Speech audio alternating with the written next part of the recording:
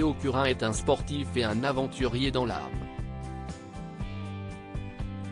Après avoir révélé sa force à de nombreuses reprises, il s'est confié à Pure People sur un sujet dont il a honte. Le champion handisport de natation a une phobie bien particulière qui le contraint dans sa vie à Paris. Il ne vit que pour l'adrénaline. Théo Curin est un sportif qui suscite l'admiration. Né dans les années 2000, il est victime à l'âge de 6 ans seulement d'une méningite bactérienne. La sentence est sans appel, le jeune garçon de l'époque doit être amputé de ses 4 membres. Son handicap, il va en faire une force.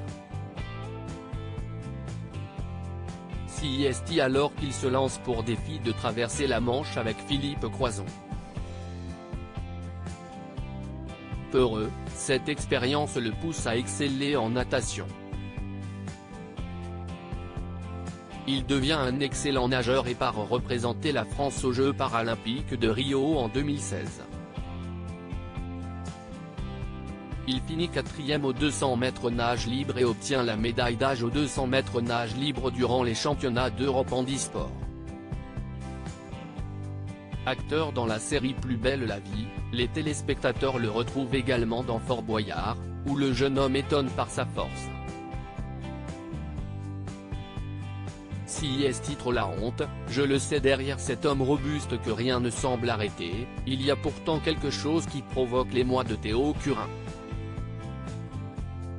Présent au 26e Festival international du film de comédie des Alpes d'Huez, il faisait partie des spectateurs venus découvrir le prochain film de Cécilia Rouault intitulé Les Complices, avec, à l'affiche l'humoriste Laura Felpin.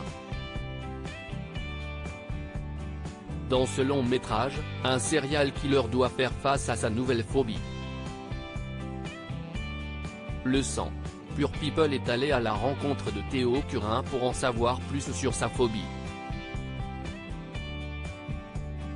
Ma phobie à moi, ce sont les oiseaux, confie-t-il au magazine. Une peur qu'il ne parvient pas à expliquer pour autant.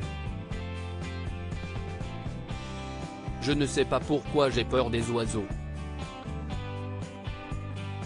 Je te jure, si titre la honte, je le sais, ajoute le champion de natation.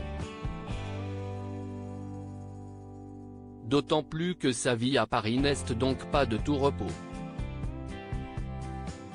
Dès que je sors de chez moi, j'ai l'impression que je me lance dans une aventure de dingue. Parce qu'il y a des pigeons partout. Malheureusement pour lui, il n'existe pas de pays sans oiseaux.